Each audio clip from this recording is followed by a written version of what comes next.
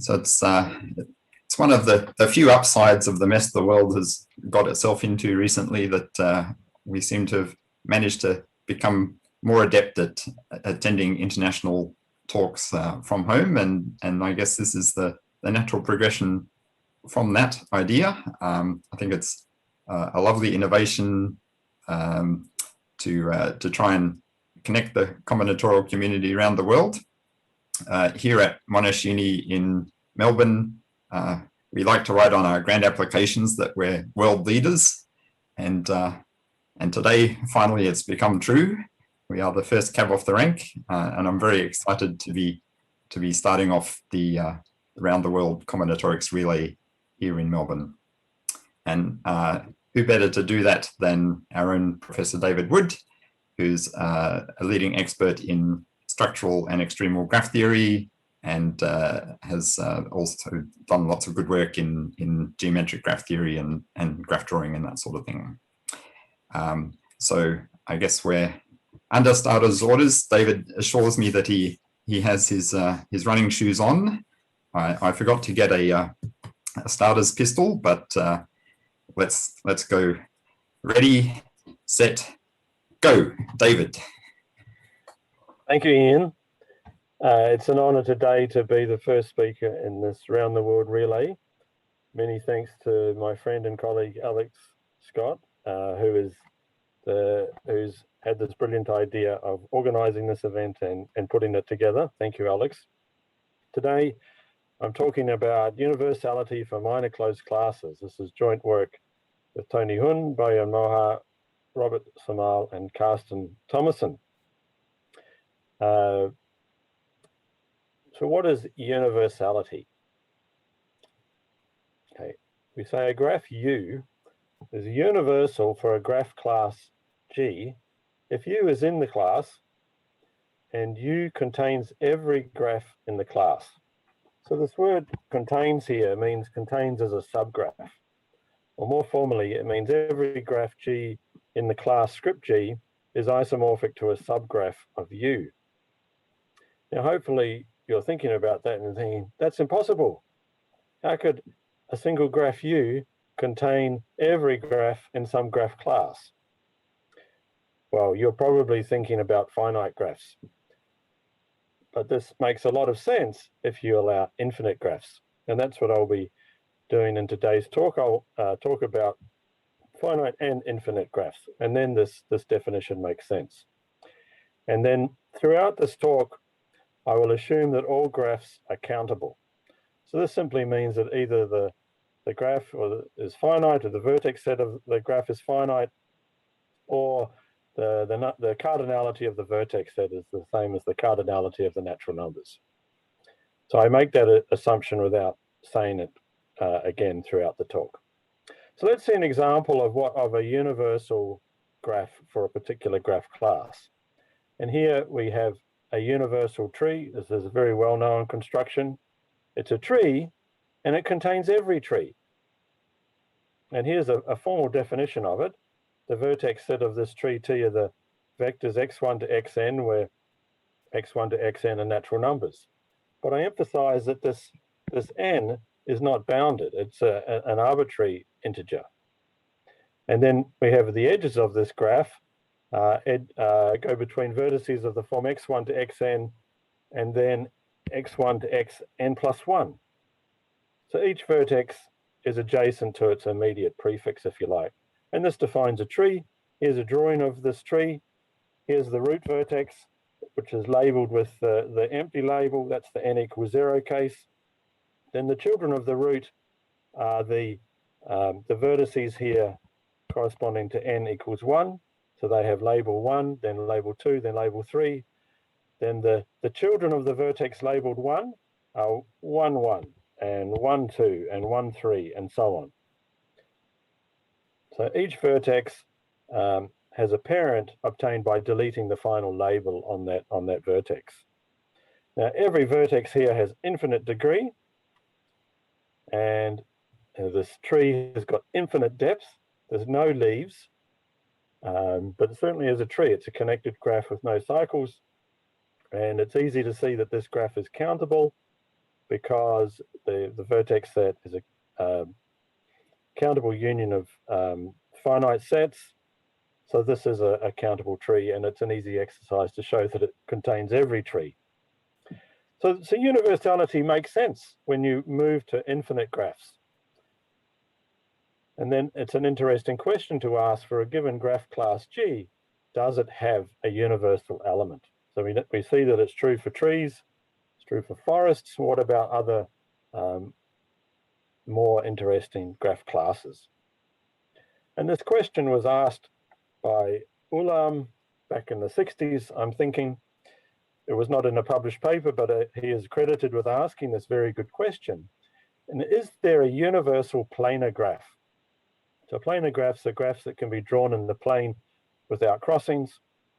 That definition works for finite graphs and for infinite graphs. But is there a universal planar graph? Somehow a planar graph that contains every planar graph as a subgraph?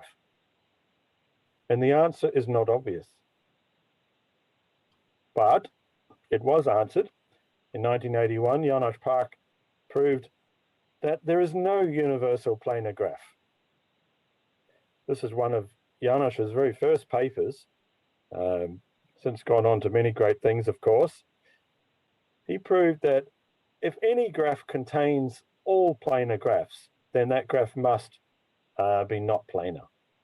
And it's a very simple and beautiful paper with a lovely argument.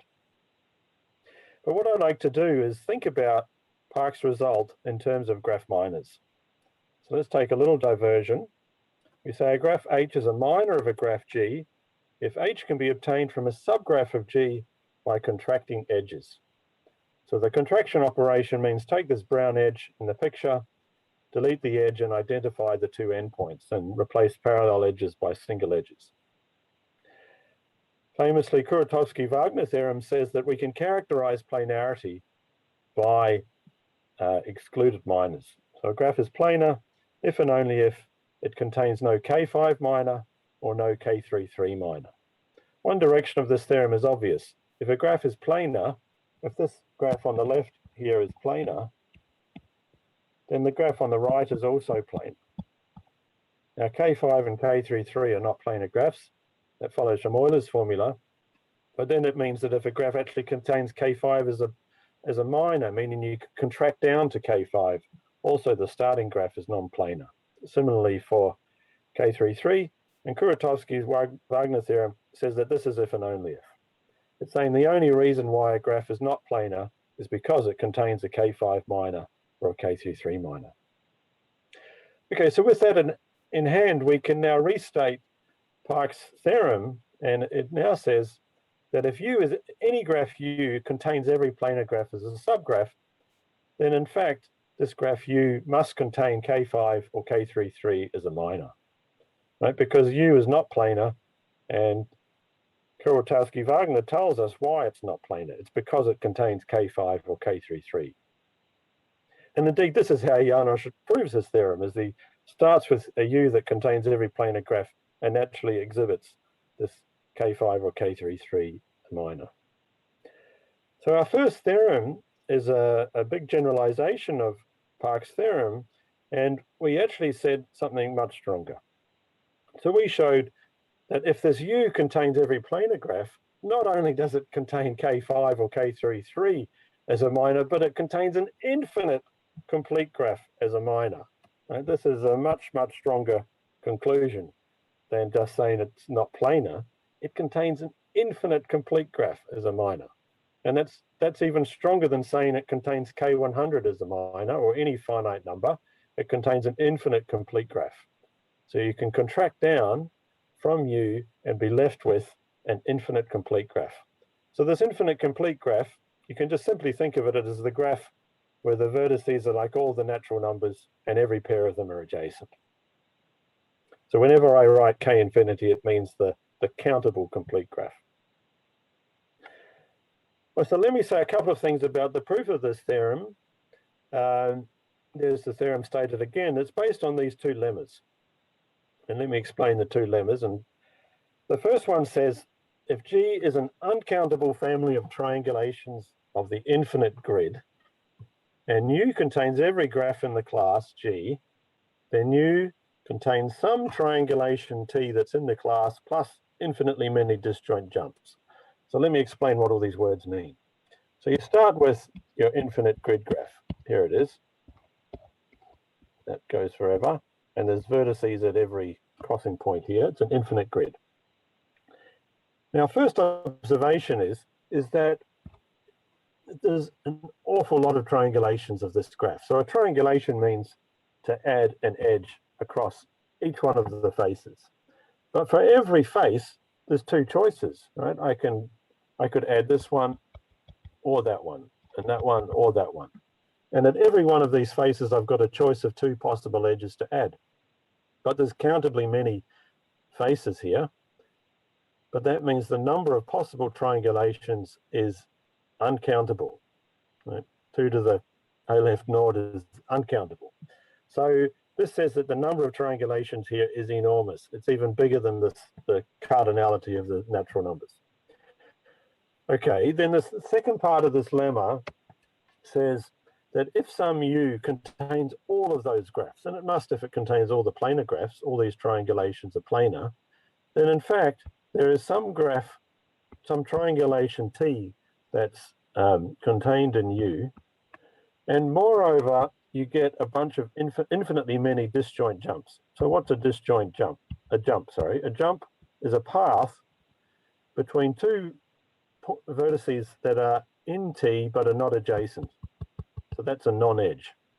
Here's another one. That's a non-edge. Now, it could even be that this path is just a single edge, but the endpoints are not adjacent in the triangulation T. And then the number of these is infinite. So we get infinitely many of these disjoint jumps, and the jumps are completely vertex disjoint. Now that takes quite a bit of proving, but that's the approach. And now once you've got this triangulation T plus the infinitely many jumps, you can actually sort of construct an infinite complete graph as a minor. And this is basically doing a lot of path routing in grids. And that's actually a sort of classical topic in graph minor theory.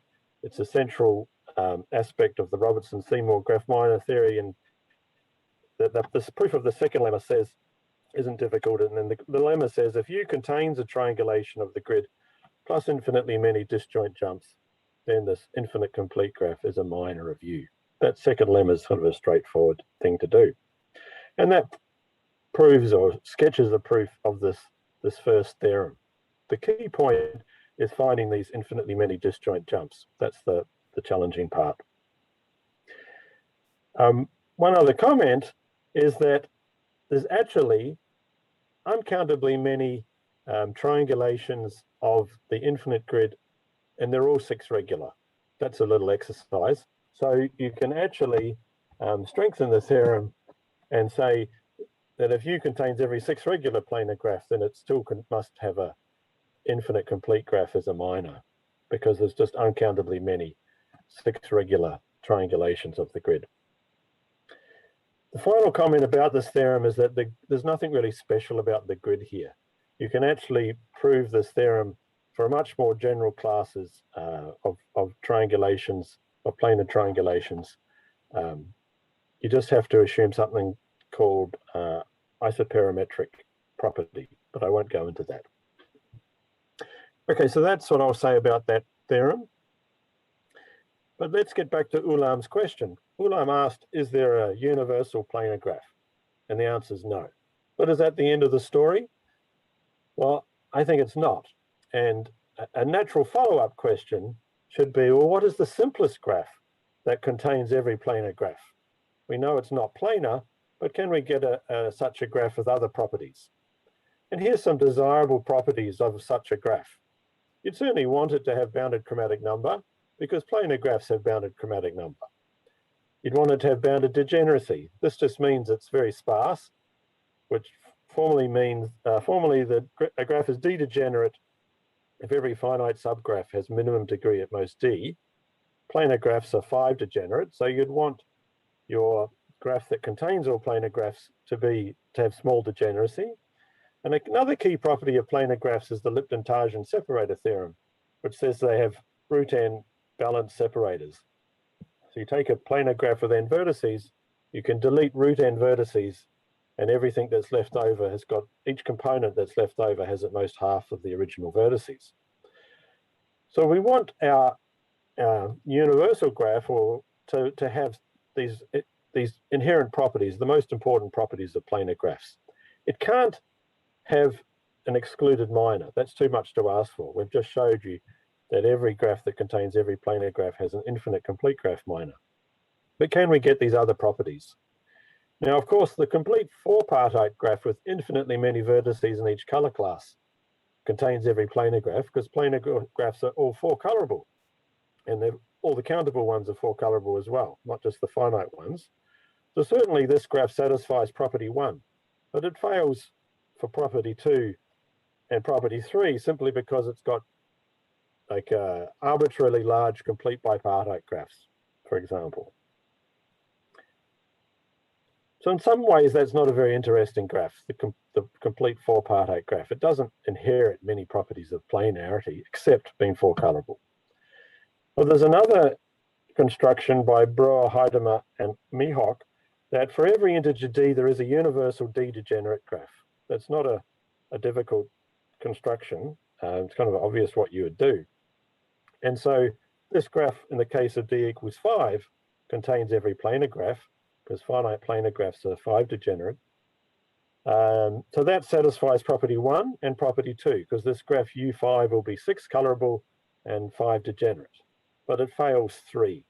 For example, this graph would necessarily have to contain cubic expander graphs, so it definitely won't have balanced separators. So our next theorem is actually that there is a graph that satisfies all 3 properties, not just property 1 and property 2. You can get all 3 properties. Here's a formal statement of it. There exists a graph that contains every planar graph, is 16 colorable, 22 degenerate, and has balanced separators of size root n.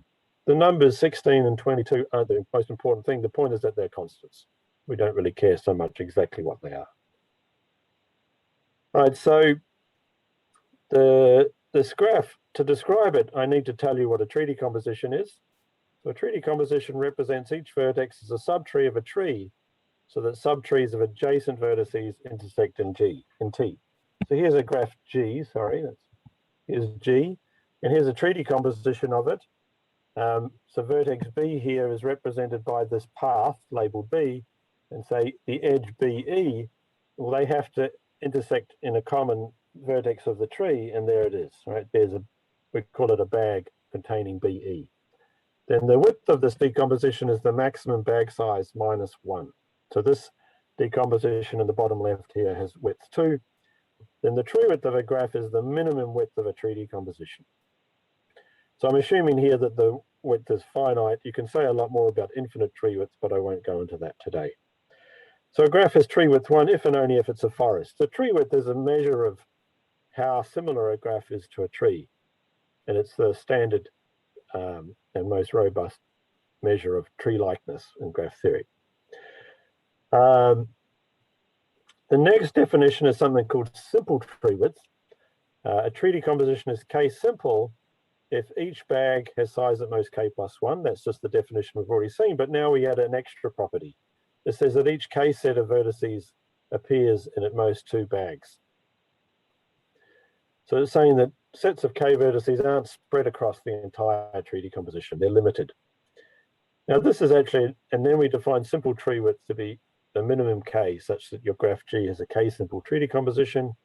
This is an interesting definition because it actually picks up many natural classes of graphs. Simple tree width at most 1 is if and only if the graph is, let's say, a subgraph of a two-way infinite path. That's a better description. Simple tree width is at most 2 if and only if the graph is outer planar. And simple tree width 3 actually means that the graph has tree width 3 and it is planar. And this picture here is a simple tree width 3 graph. I'll say more about that in a minute. So now we get to this key result from a couple of years ago that describes finite planar graphs. And it says every finite planar graph G is a subgraph of h times p, where h has tree width at most 8. So what is this times? It's called a strong product. You take your graph h down here, and then you make a copy of h on every row, and then we're timesing it by a path p, so that's just these, each column is just a path. And then for every edge here and here, you have a K4 in the corresponding 4 vertices of the product. So this is a very useful and powerful theorem. It says that we can reduce problems about planar graphs to questions of bounded tree width because H has got small tree width, at most 8. And there's been a lot of applications of this theorem. It's been very useful for solving several questions that I won't go into today. The other theorem that we proved in this paper, I should have mentioned my co-authors, Domovich, Jaret, Michek, Morin, and Eckhard, is that we get a result with tree width 3. Here's the improved result, and that we pay the improved result with the price of an extra factor here, just a little triangle. These results have been slightly improved. In a follow-up paper, we get the tree width 8 bound down to simple tree width 7. And then the original paper down here showed simple tree width at most 3 as well. All right, so I want to use this to construct a graph that contains all planar graphs. So the first thing to do is to show you that this H graph, can be taken as a universal graph. So I want to show that for graphs of given tree width, there is a universal graph. Now that's something that people have known about for years. There's nothing original about that, but I can show you a specific construction of a universal tree width K graph. And I quite like it, the concreteness of this construction. So here's start with a tree, the blue tree in the picture, and suppose the vertices are properly colored, and assume that this blue tree has got an orientation of its edges so that each vertex has n degree at most 1. This is possible for every tree. And now I define a graph which I call T hat, which has the same vertex set of this blue tree, where there's an edge VW, if and only if, let's look at 2 vertices in this graph. Let's say this is W and this is V. So I add the edge, which is going to be this gray edge in the picture. If W is an ancestor of V with respect to the orientation, 2 vertices have different colors and no internal vertex on the WV path in the tree has the same color as W. So the path in this tree goes from W down to V. There it is. W is colored yellow, and there's no vertex on that path that's yellow except W. So I add the edge VW to the graph T hat. So think of it as that you start at V, and for every color different from the color of V, you add an edge back to your first ancestor of that color. Hi, question.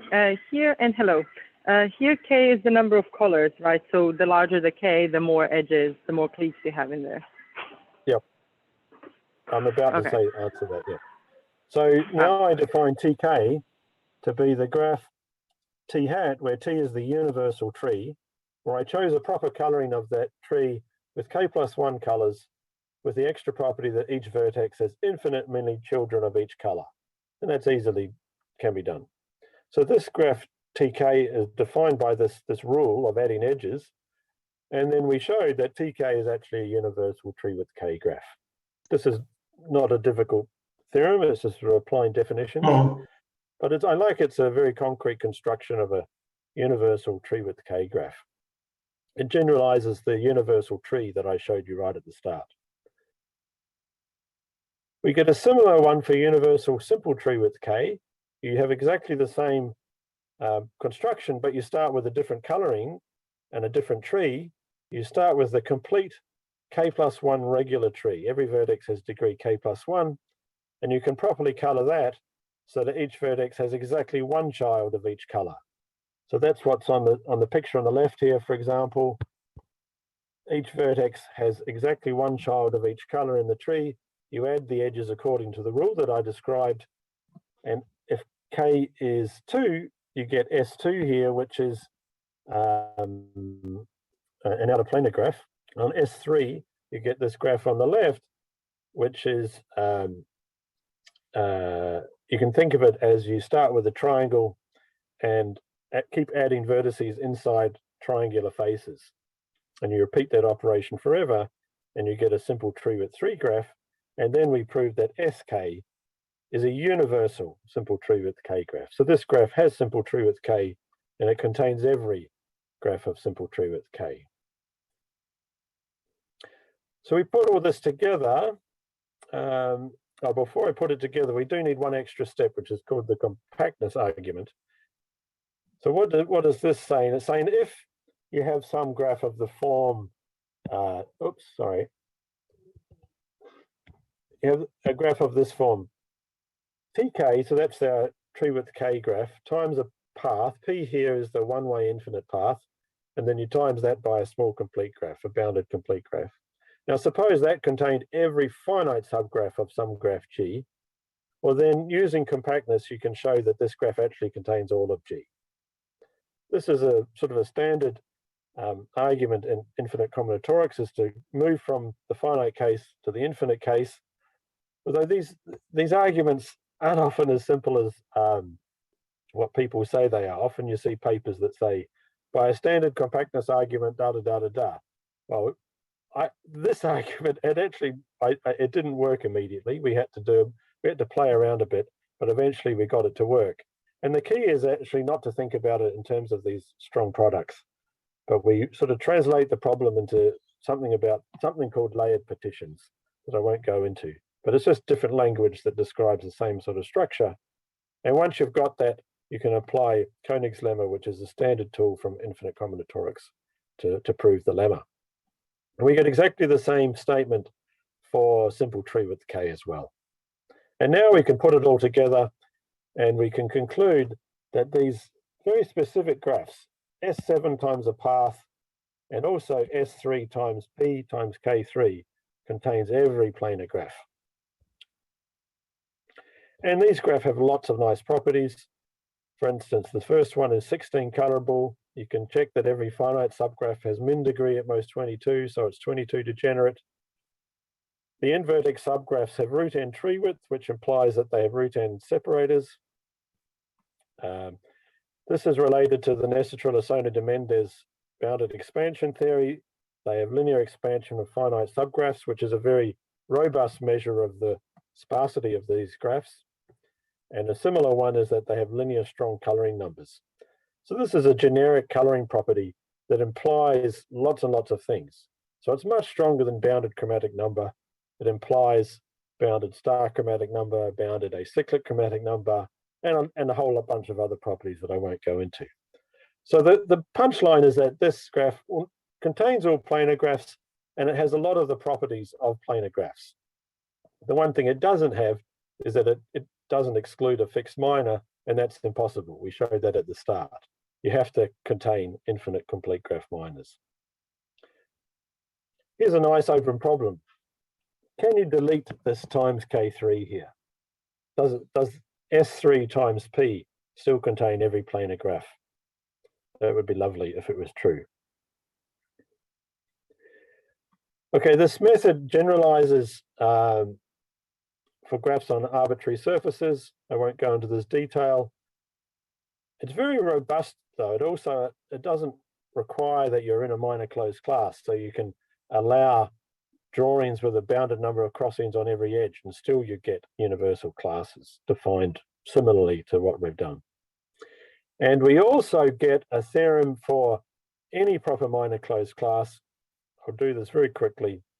Every proper minor closed class, there exists a single graph U that contains every graph in the class. That's the key property, but it also has all the previous properties that I've talked about: bounded chromatic number, bounded degeneracy, root n separators, and so on. Okay, so the last thing I want to talk about is subdivisions. All right, so Sorry, David, before you go on, I have a question. go ahead, Paul. A universal graph means you contain all the graphs in the class as a subgraph. What if I just want to contain all the finite ones?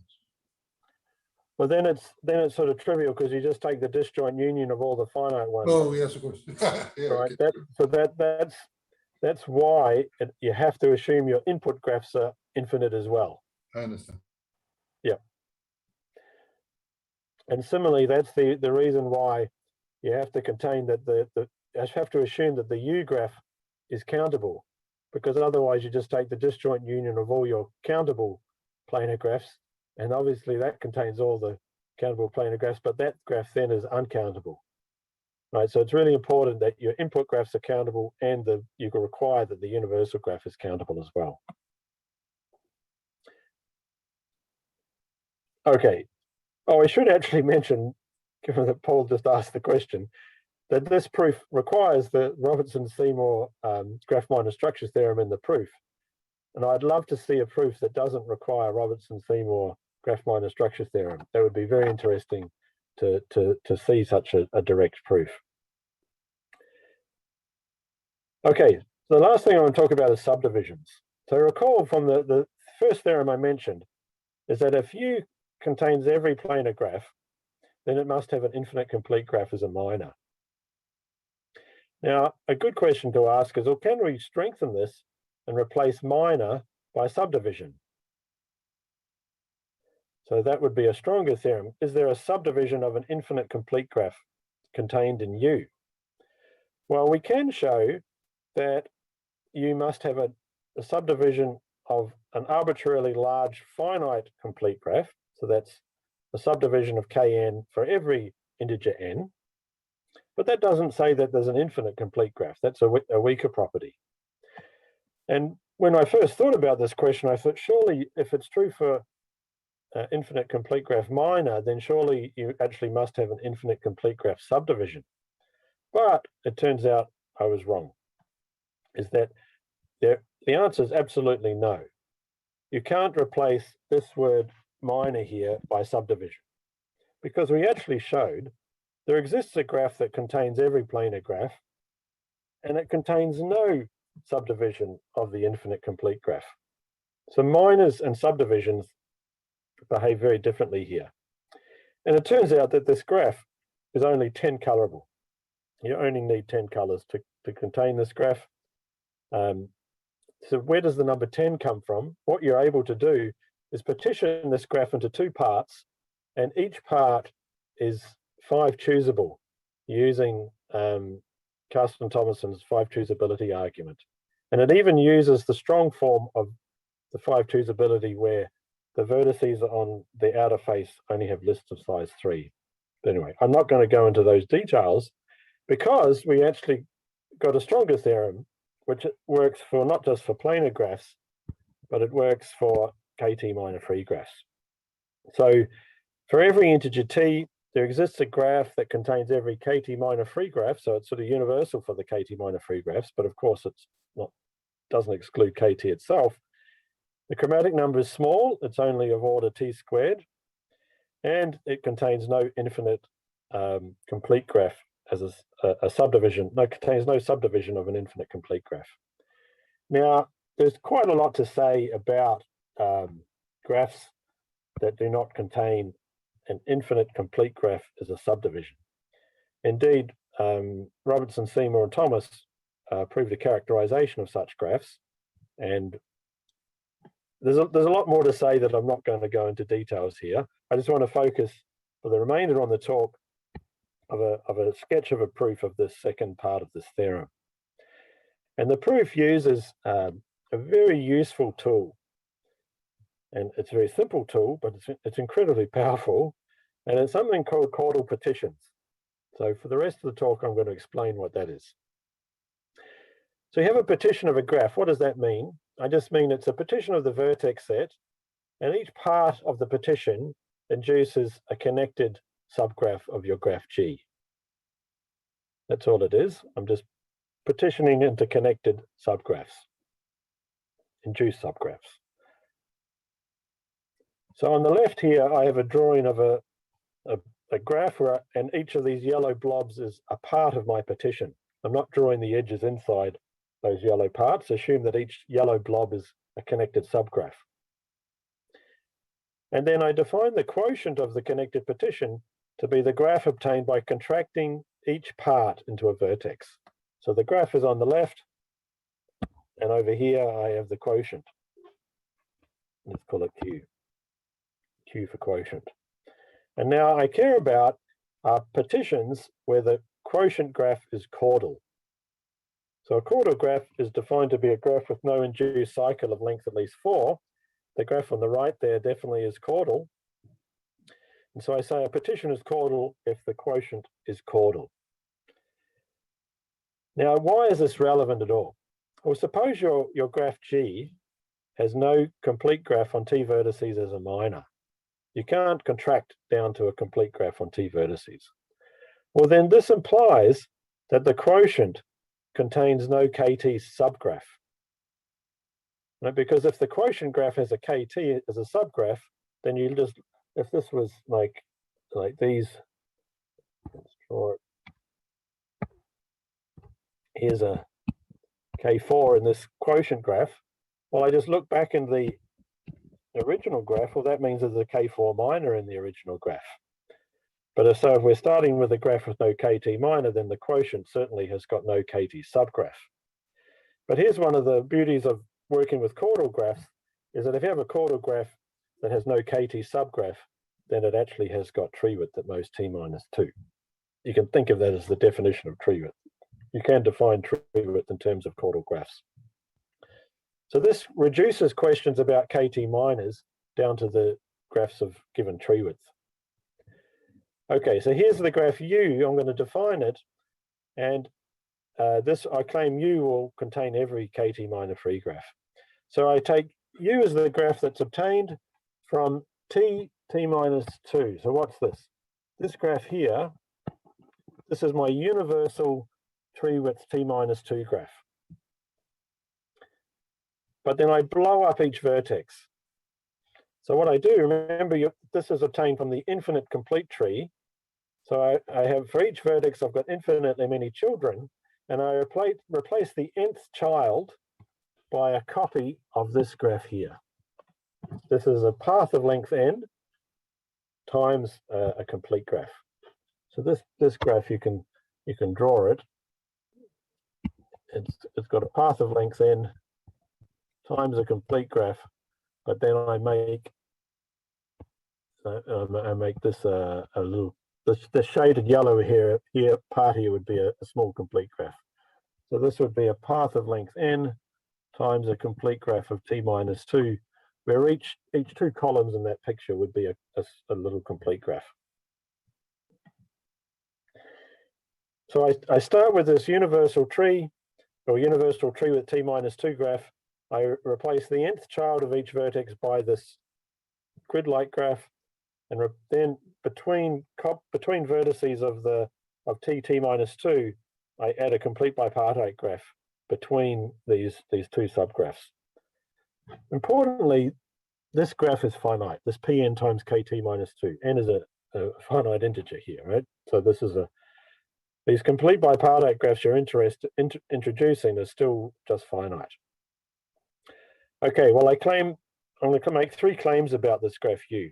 First of all, that it's 2 times T minus 2 times T minus 1 colorable. But that's easy to see, because this graph is certainly 2 times T minus 2 colorable. You just use T minus 2 colors on the first complete graph and then a second set, but then you can reuse the first set of T minus 2 colors on the third complete graph. This graph is T minus 1 colorable, because all treewidth T minus 2 graphs are T minus 1 colorable, and then you just take a product coloring and you get that this graph U has a very small chromatic number. Now I claim that it actually has no infinite complete graph subdivision inside U. And this is easy to see.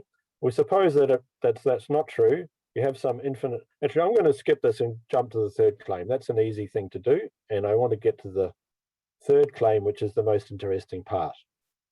And the third claim is that every KT minor free graph is sitting inside U. All right, this is the interesting part. So let's see this.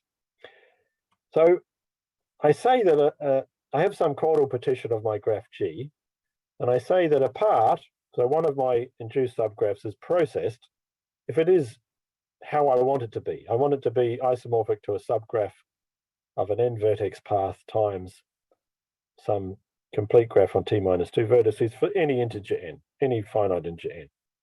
So that's a process part.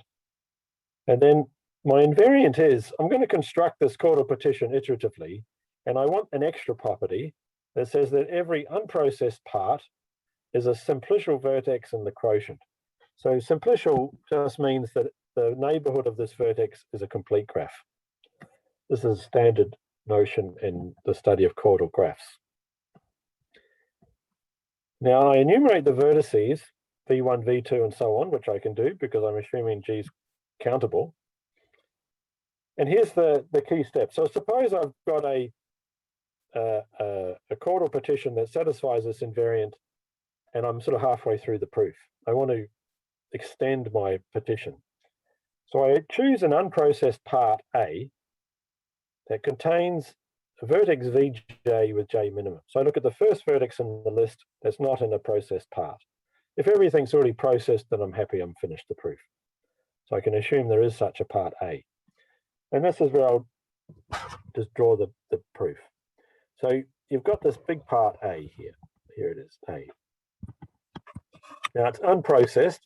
So by the invariant, it must be simplicial. So the previous, here's the neighboring parts.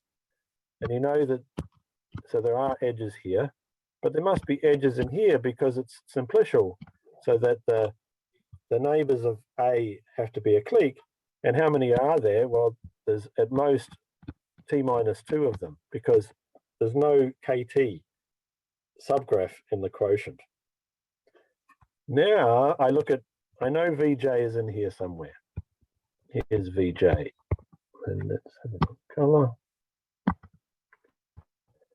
And I know there must be a vertex that's adjacent to each of these sort of predecessor parts. And I take a shortest path from Vj to each of these green vertices. Maybe it looks like that. So I do that for each of those vertices, and those green paths are shortest paths. So the way to think about this is that you do a BFS layering starting at Vj. So these are layers according to distance from Vj. All right, and then I find these green paths. Now what I do is I define a new part of my chordal partition, which is the union of all the green paths. Call that A prime. And then I replace A by A prime along with all of these components of A take away A prime. And I claim that this is a new chordal partition because you say, where are the edges from this blob? Well, they can go in here, they could go in there, they could go in there, they might go in there, but you maintain the property of being chordal. And now you notice that A prime, here's the key point, is that A prime is a subgraph of a Pn times a KT minus 2. Because you think, where are the edges in this picture? Well, you could have an edge between those two vertices or there, or between layers. But this is a BFS layering. I'm layering by distance from Vj. So you can't have an edge that crosses at least 2 layers. So this says that this subgraph induced by A prime is exactly a subgraph of Pn times KT minus 2. And so you just keep iterating this, and because A prime becomes processed, you can now repeat this step infinitely many times, and now every part of your chordal partition becomes processed. And now you assume that this part of the graph up here is sort of mapped into U, and now you just map A prime to a corresponding vertex of the graph of the TT minus 2 graph that does have a copy of this Pn times kt minus 2 that's big enough to hold A prime, but there has to be one by the construction of U.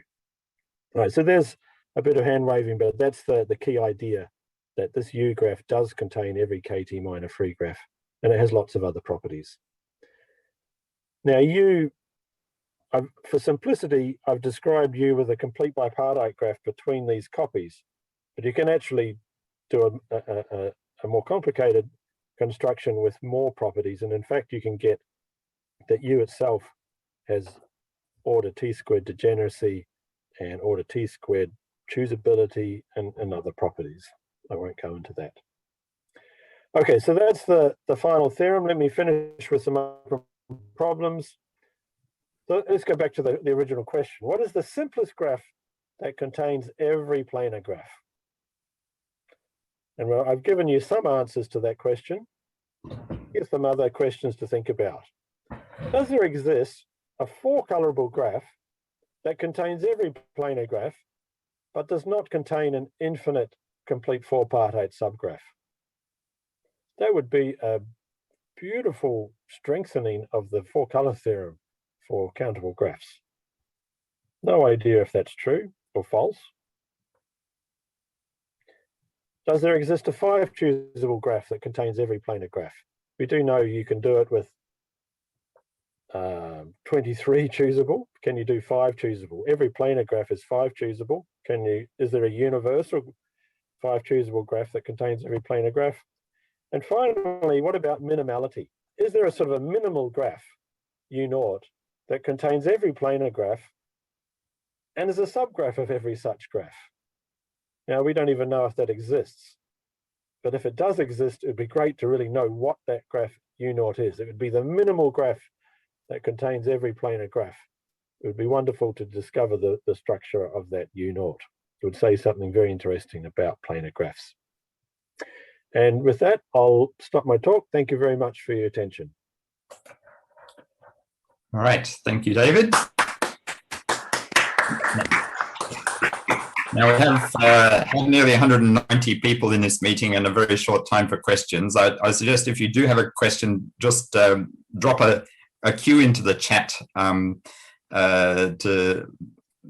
I can't actually see everyone.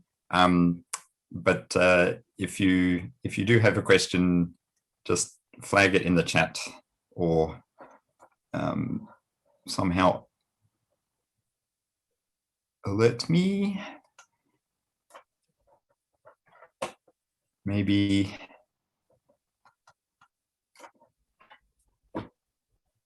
everyone's overwhelmed by the number of participants. IBS Dimag, go for it. Yeah, hi. Have you ever thought about maybe asking similar questions about when restricting the class of planar graphs to some other cardinal than countably infinite? And whether universal graphs with nice properties of, let's just say, all planar graphs of cardinality at most kappa, and find a nice universal planar graph of size kappa with other nice properties, like 4 color. Yeah, so I guess that question really only makes sense if the kappa is the cardinality of the real numbers, because I mean you can't get a planar graph with more vertices than that. There's not enough space in the plane to draw the graph. But well, usually you would define planar then as not containing K5 or K3 minor. Okay, fine. Okay, so then it does make sense. So I haven't thought about the question, but it is worthwhile. Basically, our approach has been that there's enough results just to talk about it in the countable setting. That's enough for a first paper on this topic. So yes, it's a good question, but I haven't really thought about it yet. But there's certainly results that you probably can get. Mm-hmm. Thank you. But things get more difficult. For example, there's what is the characterization of the planar graphs with uncountably many vertices? there's an extra restriction. What is it? The number of vertices of degree at least 3 must be countable. So things get a bit more difficult when you move to the next. Well, not necessarily. Like you can have like the infinitely splitting tree with any cardinal it's planar. Well, I guess it depends on your definition of planarity then. Yeah, if you work just with the definition that you exclude K5 or K through 3 as a minor, then you can do that. Yeah, I see what you're saying. I'm thinking that the graph is planar if it has a drawing in the plane with no crossings. Right, fair. Yep. Okay, one last question from Nina. Hi, thanks. So you mentioned at the start that if G contains all planar graphs, then you can find infinite complete minor. In that statement, can you replace planar graphs by something smaller? So it's definitely not bounded tree width or trees, but yeah, can it be something in between those? Well, if you're in a minor closed class, there's nothing else in between. Because as soon as you exclude one, if you're in a minor closed class and you just emit one planar graph, then the class does have bounded tree width. So there's nothing in between. But if you're not in a minor closed class, there may be something to say, but I would be surprised. In many respects, planar graphs are the first place where things get hard. I don't even know what would be a candidate for something that's sort of less than planar graphs, but still you'd force that structure. But certainly there's no other minor closed classes in between. I don't know, do you have an idea of such a class? I don't, so thanks. Oh, okay, I'll think about that one. All right, well, I'm under strict instructions to finish about now to allow us to hand over the baton smoothly to South Korea. So let's thank David again, and I will stop the recording.